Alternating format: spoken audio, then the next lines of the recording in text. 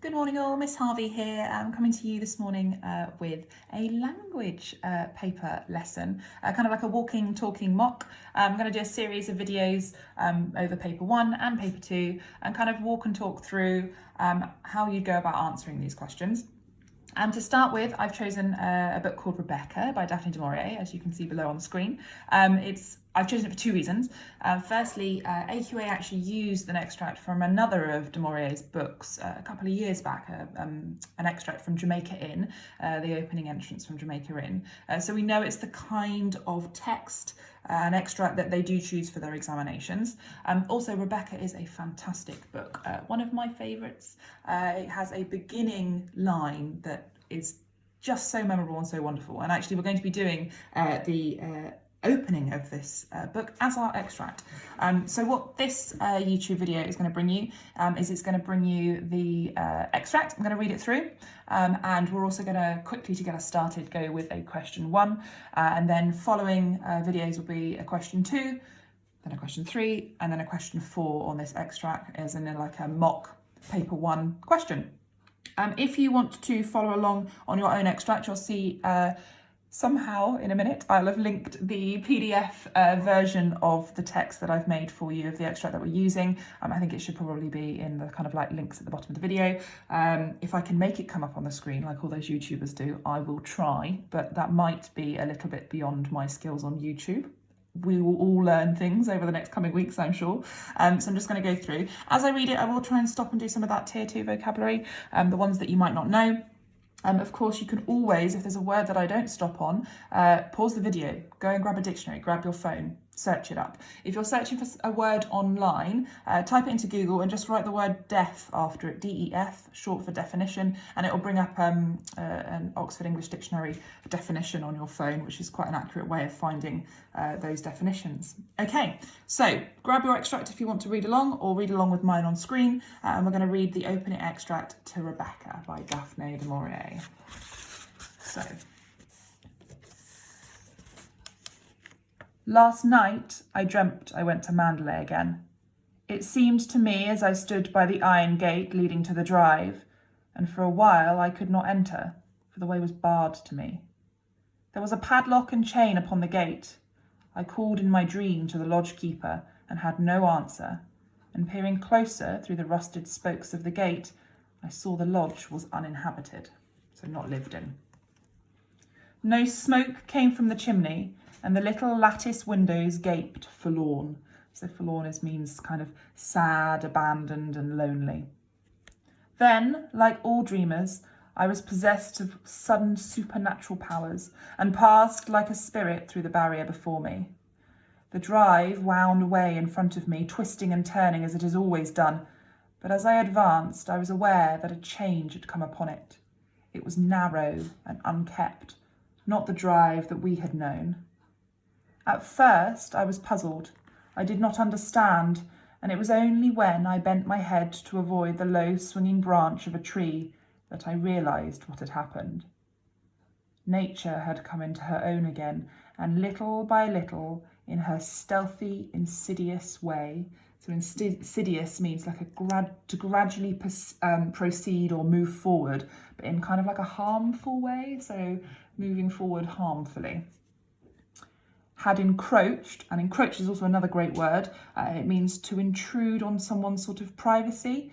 So either to kind of go in on someone's rights or personal space, or in this case, territory.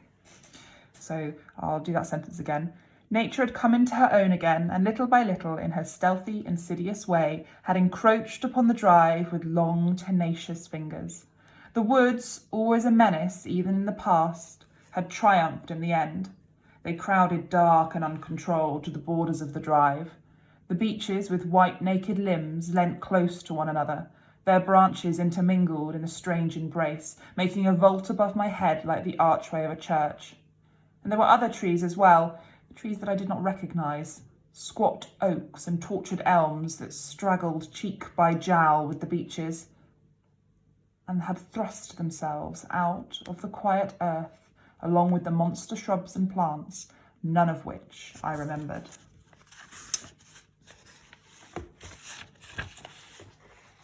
The drive was a ribbon now, a thread of its former self, with gravel surface gone and choked with grass and moss. The trees had thrown out low branches, making an impediment to progress. Impediment means to kind of hinder or obstruct something happening. So it's slowing her down. The gnarled roots looked like skeleton claws, scattered here and again amongst this jungle growth. I would recognise shrubs that had been landmarks in our time, things of culture and grace, hydrangeas whose blue heads had been famous. No hand had checked their progress, and they'd gone native now, rearing to monster height without a bloom, black and ugly in the nameless parasites that grew inside them. On and on, now east, now west, wound the poor thread that once had been our drive. Sometimes I thought it lost, but it appeared again, beneath the fallen tree perhaps, or struggling on the other side of a muddied ditch created by the winter rains. I had not thought the way so long. Surely the miles had multiplied, even as the trees had done, and this path led but to a labyrinth, some choked wilderness. So a labyrinth is like a maze, well, it is a maze-like kind of intermingling of paths and pathways. It has quite a negative connotation, and there's obviously lots of links to the Greek classics there, the labyrinth where the Minotaur lived, and they used to post children in to be murdered as some sort of sick game. So there's a definite evil connotation to the word labyrinth. And not to the house at all. I came upon it suddenly, the approach masked by the unnatural growth of a vast shrub that spread in all directions, and I stood, my heart thumping in my breast, the strange prick of tears behind my eyes. There was Mandalay, our Mandalay, secretive and silent as it has always been, the grey stone shining in the moonlight of my dream, the mullioned windows reflecting the green lawns of the terrace. So mullioned, there's no specific definition as such, but you know when you have windows and they kind of have like little lattice bits within the glass, so kind of the little squares or the little diamonds, that's called mullioning. Okay, so you can get it indoors and you get it in windows. So obviously it's quite an expensive thing to do to your windows because it's purely decorative. So obviously this is quite an expensive house because it has mullioned windows. Time could not wreck the perfect symmetry of those walls, nor the site itself, a jewel in the hollow of a hand. The terrace sloped to the lawns stretched to the sea, and turning, I could see the sheet of silver placid under the moon. Placid means calm and quiet. Like a lake undisturbed by wind or storm. No waves would come to ruffle this dream water, and no bulk of cloud, wind-driven from the west, obscure the clarity of this pale sky. I turned again to the house, and though it stood inviolate, untouched, as though we ourselves had left but yesterday, I saw that the garden had obeyed the jungle law, even as the woods had done.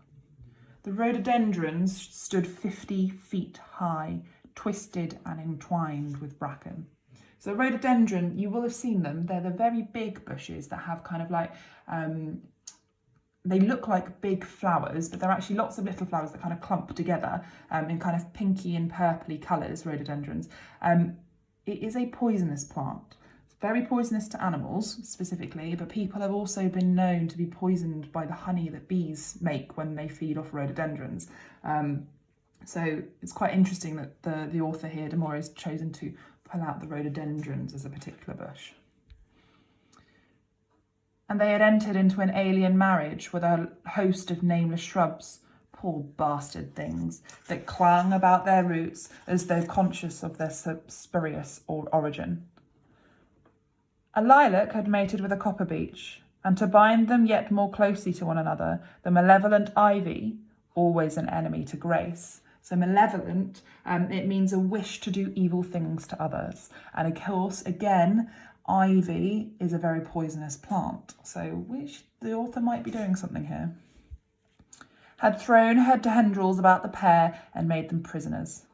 Ivy held prior place in this lost garden. The long strands crept across the lawn and soon would encroach upon the house itself. So we've already come across that word encroached, so hopefully you know what that means now. There was another plant too, some half-breed from the woods, whose seed had been scattered long ago beneath the trees and then forgotten, now marching in unison with the ivy, thrust its ugly form like a giant rhubarb towards the soft grass where the daffodils had blown. Another horticultural fact for you here, so gardening fact. Rhubarb also very poisonous, unless it's cooked. So once you cook rhubarb, it's fine, but previous to that, very poisonous. Nettles were everywhere. Nettles, again, not necessarily poisonous, but not particularly the nicest plant. The vanguard of the army, so vanguard's like the front part of an army.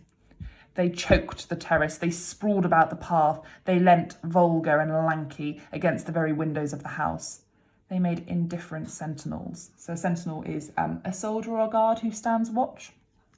For in many places their ranks had been broken by the rhubarb plant and lay with crumpled heads and listless stems, making a pathway for the rabbits.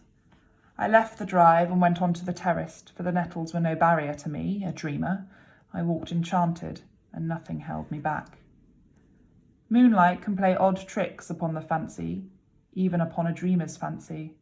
As I stood there, hushed and stilled, I could swear that the house was not an empty shell, but lived and breathed, as it has lived and breathed before. Okay, so now you've heard the extract. I really hope you enjoyed it. To move on to the next bit, you're going to need a couple of things. If you're able to print out this extract, that'd be great, because we're going to be annotating it in a minute. You need some paper, a pen, and a highlighter, both of which you should be taking into your examination with you anyway, come the summer. Okay, and then the question paper. Now the question paper I've printed off, but you don't actually need to print it off. You can have it just open digitally in front of you. It should be linked with the documents where you found the extract below. Do apologise for the little scribble in mine. I made a typo, but this is the very last piece of paper left in Miss Harvey's household at the moment until we're able to go and get our essentials shop later on in the week. So it will have to do for now. I can't reprint. I'd put a "the" in. It's always why you should proofread. It's really important. But it won't affect us answering question 1 for now. So question 1 is worth 4 marks. Okay, so this question is always worth 4 marks in every exam that you get. Both paper 1 and paper 2 have 4 marks as the first question. And it's the easiest 4 marks that you're going to be getting in this paper. It's a super simple comprehension question. It's just going to ask you to read again a part of the source, okay, and then list 4 things about something that you find in the source. So for this one, it's list 4 things about Rebecca from this part of the source.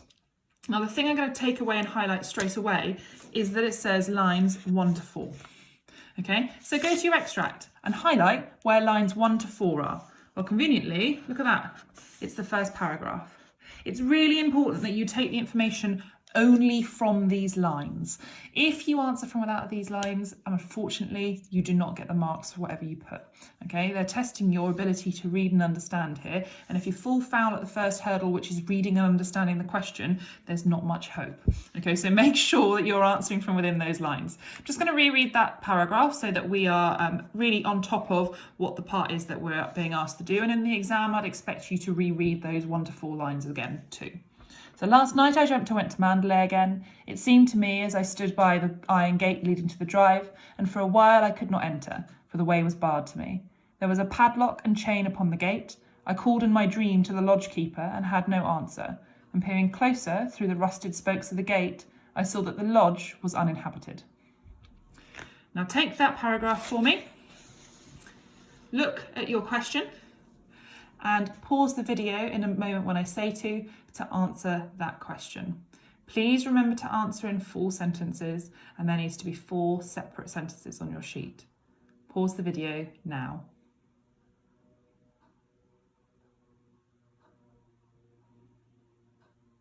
Okay, so hopefully you've had a chance to pause the video and answer the questions. I'm going to go through and answer with you now to try and figure out how we'd answer this question. Obviously, my walking and talking of this is going to take considerably longer than hopefully it's taken you to actually answer the question, because you should be spending no more than 5 minutes on this question. So if I can get the lid off my highlighter, there we go. I'm going to go through and I'm going to highlight all of the things on this sheet that are to do with Rebecca. Well, firstly, she's dreaming and that she went to Mandalay again. It seems to me I was stood by the iron gate. Okay, she for a while could not enter. The way was barred to her. There was a padlock and chain upon the gate. Well, that's nothing to do with Rebecca at this point. I called in my dream to the lodge keeper. She had no answer. She peered through the rusted spokes of the gate. She saw that the lodge was uninhabited. So each of those bits that I've highlighted there would be more than appropriate for answers to this question. So if I was to write those out on my answers below, I'd take my piece of paper. So question 1, 1, 2, 3, 4. Now, obviously, in the examination, you have an exam paper that you'd be filling in. You wouldn't need to do the writing up of the question numbers or anything like that. Okay, but what you're going to have now is you're going to write down 4 things. So she dreamt, or she was dreaming, moreover. Ooh, good start. Trying to multitask with a camera and writing. One too many at the moment. She was dreaming. Okay. She was stood by the iron gate.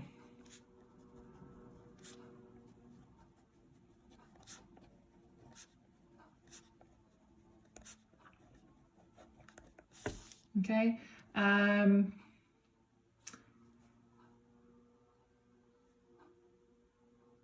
What next? She could not enter. She, for a while, could not enter. Be very careful. And then I'm going to choose the slightly more obscure one at the bottom, where it said the lodge was uninhabited. I can't put the lodge was uninhabited because obviously that's nothing to do with Rebecca, okay? But she saw the lodge was uninhabited.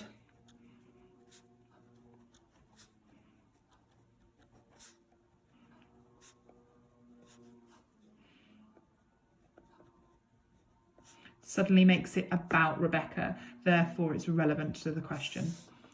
Okay, you could have had many other things. You could have also have had she went to Mandalay.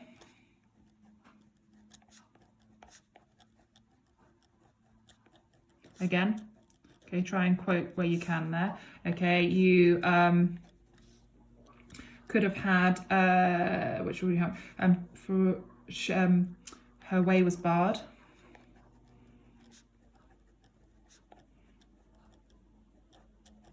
Okay, you could have had, she called to the lodge keeper.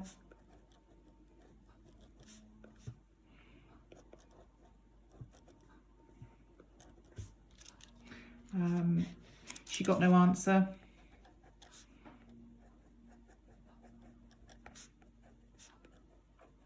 From the lodge keeper.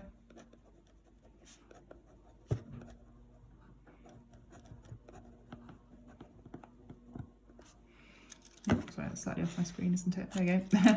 And you could have had, she peered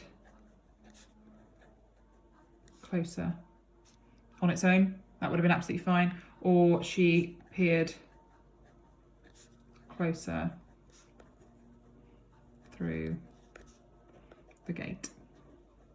Would have been also fine.